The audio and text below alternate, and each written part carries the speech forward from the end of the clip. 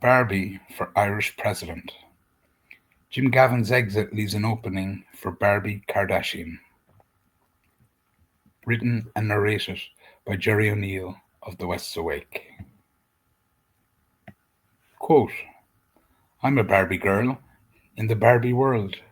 Life in plastic. It's fantastic. Barbie girl. Aqua. And then 3 became 2. As the harvest moon fast approaches, political matters in Normieland become curiouser and curiouser. I thought I'd written my last word on the upcoming Irish presidential election, but the race has taken on a wildly strange energetic force, and my eye is drawn to it once more. The most inconsequential of Ireland's high offices of state threatens to crack the foundations of all public land. Some vibrational element and rhythm at play, not previously seen in modern Irish politics. It's as if some ancient Irish tune is whistling soundlessly in the background, and the music is exposing the disgusting underbelly of the Irish political system and the stinkfest it has become. Áras an Uachtaráin, the official residence and principal workplace of the President of Ireland, located in the Phoenix Park, seems to have been commandeered by the fairy realm and folk of the other world. As far as I can ascertain, this other Irish world have taken it upon themselves to utilise this election cycle to rid politics of dirty politicians and celebrity candidates. Where it all ends is anyone's guess. Fianna Fáil's Hollywood nominee Jim Gavin is the latest presidential hopeful to fall foul of the fairy kingdom and find himself booted out of the competition. Most will know, but for those who do not, Gavin is a former Dublin Gaelic footballer and manager. As Dublin manager from 2012 to 2019, he guided Dublin to 6 All-Ireland Senior Football Championships, including an unprecedented 5 in a row between 2015 and 2019.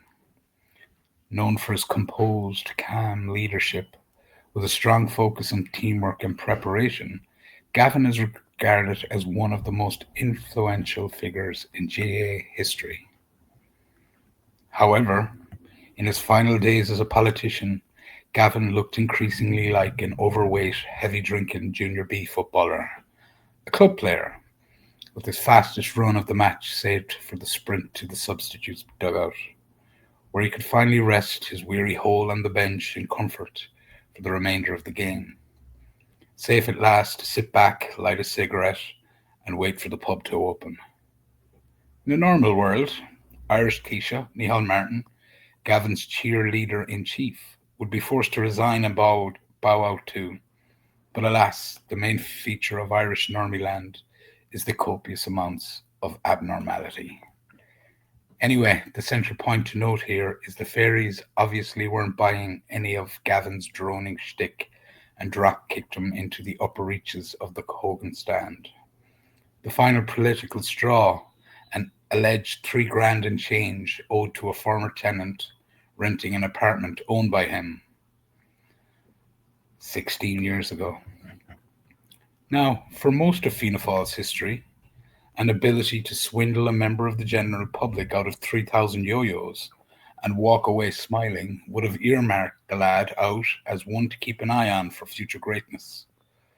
While I'm not pro-corruption, this alleged episode seems a rather minor and old infraction to be folding a presidential campaign over, notwithstanding some other infringements around the storyline. But then again, I'm forgetting the pious idiocy and faux morality at the heart of Ireland Incorporated. An immorality tale not at all related to Jim Gavin, but one that goes something as follows.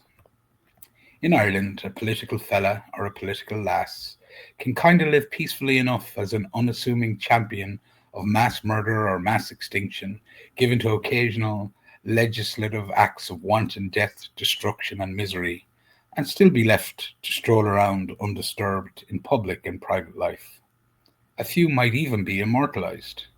But elected psychos still need to tread carefully, because if the same Oompa Loompa puts two Irish flags on the roof of his house, and tries cock blocking a lad entering a women's toilet or prison cell, well, now that chap might find himself serving 20 years in prison soon enough and savaged on the front cover of every newspaper in the country. There is a wonderfully feverish celebration of felling the big man for his small occasions in Ireland Incorporated, rather than radaring in on and highlighting his largest ones, the ones actually dismantling the nation. Now, on this train of thought, we should, at this juncture, introduce Ireland's most famous sex offender, the transgender felon that is Barbie Kardashian, or Gabrielle Alejandro Gentil in old money. He got early liberation from prison last week, serving over just over half of his 5.5 year sentence. Liberation from a women's prison, I might add. On his release, the man dressed as a woman had this to say about his crimes. I don't regret any of my actions. I don't have any remorse. Hmm, maybe Kardashian was a little overwhelmed and intoxicated, breathing in all that newfound freedom, and misspoke. Let's try again. Asked if he might have been a mite over the top with threats to his own mother and other deviant behavior patterns in his psychological makeup, Kardashian had the following act of contrition to get off his fake chest. I enjoy the impact my actions have caused. I enjoy hurting people. I would describe myself as someone who enjoys making people suffer. I enjoy the fact that my mother felt so scared that she was going to get murdered that she had to leave her house. It makes me feel power. I like having control over people. Ah, now, wouldn't a speech like that just warm the cockles of the coldest heart? Sure, I'd say the chances of Kardashian reoffending must be pretty close to zero. After all, he only has the 15 previous convictions, all for violent offences, and including one for sexual assault, tracing back to his teenage years. In his most recent trial in 2023, he was convicted of multiple counts of threatening to torture, rape, and kill his mother, but not convicted of any sexual offences. So a grand lad, basically. Of course, last Wednesday, the Irish mainstream news hounds were all lined out outside Limerick prison, awaiting his release with bated breath, hanging on his every word. Indeed, in print, all were careful to use one word in particular to describe him: she. Barbi Kardashian, convicted sex offender and all round abuser of women, his mother, and the 2015 Gender Recognition Act, is still referred to as she by Ireland Incorporated. Isn't that fact kind of fucking amazing?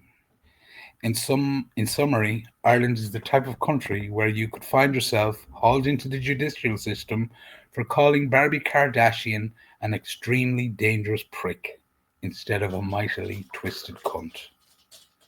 Hmm. I wonder if the ballot papers for the Irish presidential election have already been forwarded to the printers for printing, with Jim Gavin's name still in place. Now, unfortunately, as a recent recruit to the Irish Ringfort dimension, I do not vote in Irish elections anymore, but if I did, I might sneak a magic marker into the polling booth and cross out Jim's name and replace it with another, in all caps: Barbi, president for our times. After all, in Ireland Incorporated and Normieland, the following is true. Gabrielle is a Barbie girl, and Ireland is a Barbie world. Apparently, it's fantastic.